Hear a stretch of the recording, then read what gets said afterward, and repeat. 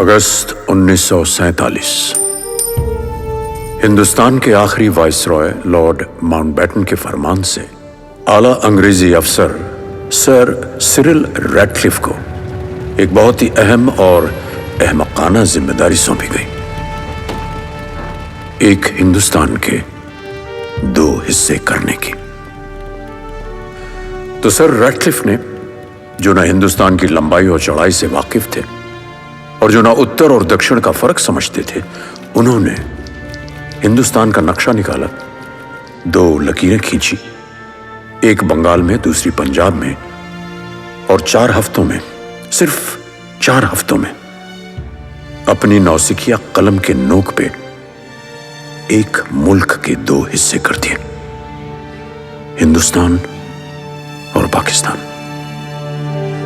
सब बटा, खेत खलियान, गलियां, गांव, शहर, नदियां, झेलम, हिमालय, कच्छ, थार, जानवर, आदमी, औरत, बच्चे, बूढ़े, सब बट गया।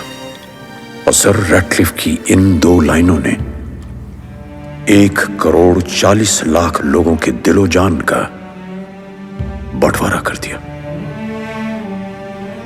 लाखों बेघर हो गए, हजारों बेमौत मारे गए, और आने वाली पीढ़ियों को इस रैडक्लिफ लाइन ने अपनी जड़ों से उखाड़ दिया।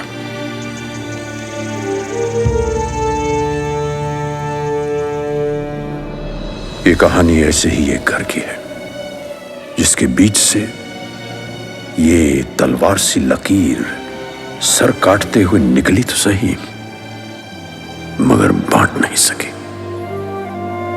बुंदेले हर बोलो के मुंह, हमने सुनी कहानी थी, खूब लड़ी मर्दानी, वो तो झांसी वाली रानी थी। का समझे छुटंकी, राजा जी जब परलोक सिधार गए तो रानी घुंघटा में मुंह छुपाए रोती धोती नहीं रही।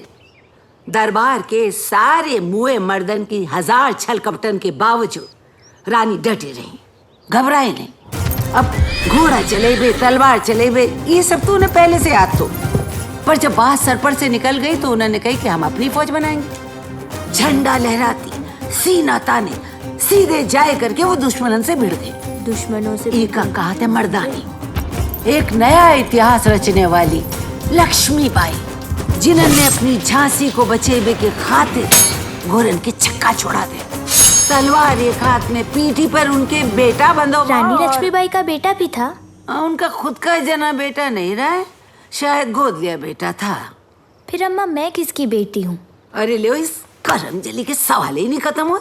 जाओ, हमने सुनी तुम्हें कहानी, तुम जा करके सीधे अपने मास्टर की पुस्तकें पढ़ो, जाओ, हमें नहीं सुनाना कहानी। तो ए लाडली, तू नहावत है, फेंकू तुझे कुआं में? हाँ। और अम्मा बेगम जान बुलाते हैं। आती है भाई, बेगम जान बुला रही तो आए।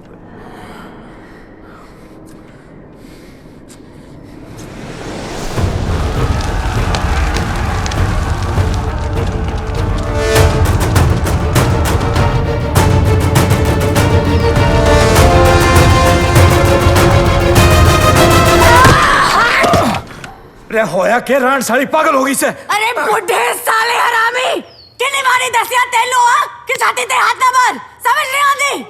दफा हो जा यहाँ से। तुम्हारा इस इलाके में देखा ना तो जितना तेरा है ना वो भी चाकू नाल काट देंगी। दफा हो जा। ए गुलाबो, काहे सवेरे सवेरे इतना चिल्ला? तो खत्म करो और बाहर आओ, बेगम जान बुलाते हैं। बेगम जान गुजरे फसादों में इसके साथ जबरदस्ती हुई। कुछ लड़के अधमरी हालत में इसे कैंप में दे गए। बाप ने अपनाने से मना कर दिया, यहाँ छोड़ गया।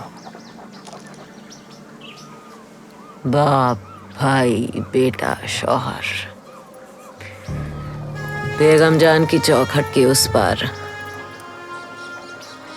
हर मर्द मादर जात होता है, लेकिन बेगम जान की चौखट के इस पार हर मर्द मुर्गा होता है, 3 टांगों वाला मुर्गा। बाप ने कोई नाम तो दिया होगा।